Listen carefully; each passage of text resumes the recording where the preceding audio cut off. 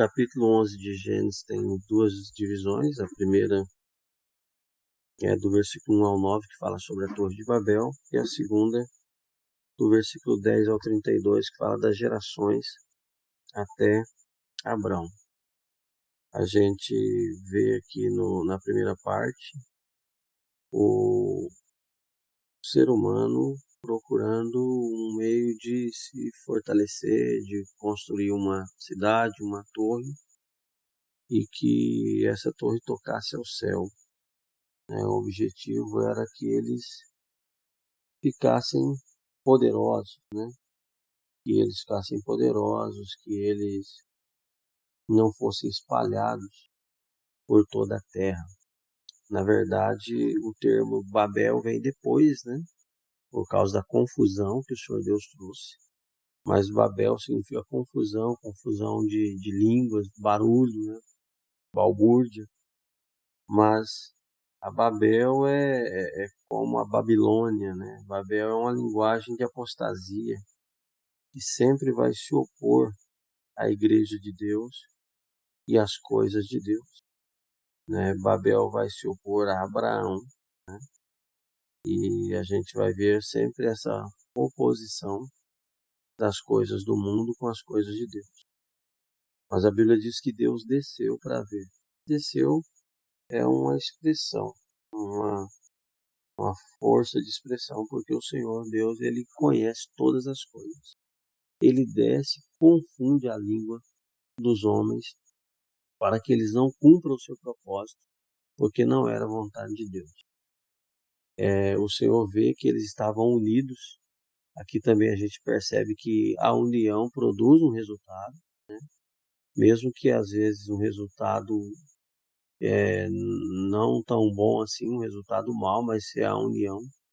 E o próprio Senhor disse, quando referia aos demônios, que um reino dividido contra si mesmo não prosperará.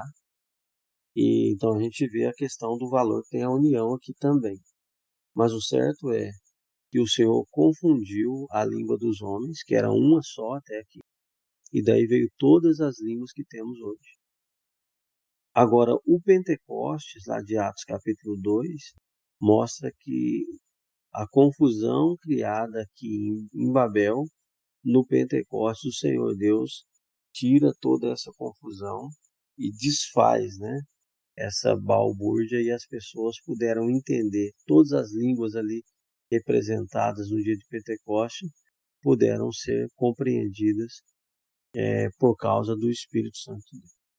Então é sempre o Espírito Santo de Deus resolvendo o problema do pecado e da intenção humana. E a segunda parte que fala sobre Abraão, aqui as gerações de Sem, os semitas, o povo hebreu é chamado de povo semita ali, que vem da descendência de Sem. A gente observa aí, de Sem vem a linhagem ali até Terá, o pai de Abraão. É Abrão, a gente está acostumado a falar Abraão o tempo todo, mas antes o nome dele era Abrão. E Terá gerou Abrão, Naor e Harã. Harã foi o pai de Ló. Então Harã morreu ainda lá na terra de Ur dos Caldeus, enquanto Terá vivia, que era o pai dos três. Então ficou Abrão e Naor.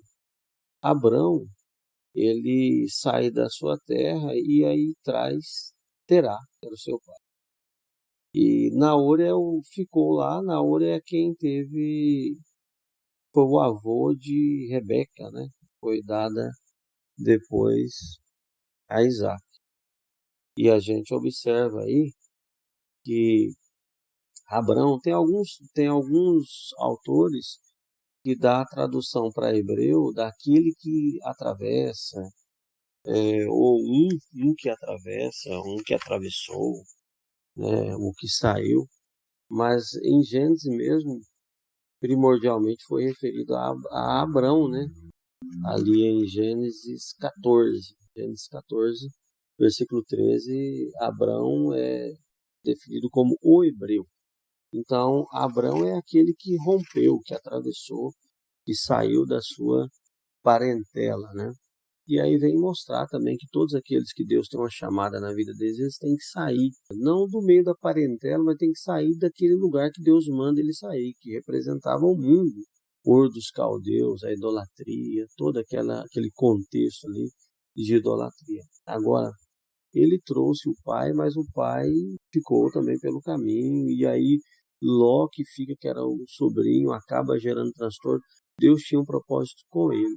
Então, muitas vezes, quando Deus tem algo na nossa vida, a gente tem que cumprir a vontade de Deus, mesmo que isso venha nos causar dores e a gente tenha que, às vezes, até mesmo abrir mão de amizades, de relacionamentos com pessoas que nós amamos e pessoas que são queridas muitas vezes.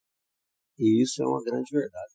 E Jesus vem falar isso depois no Novo Testamento, que é aquele que não me ama mais do que a pai, mãe, e ele está referindo a esse contexto do amor de Deus estar acima de todas as coisas.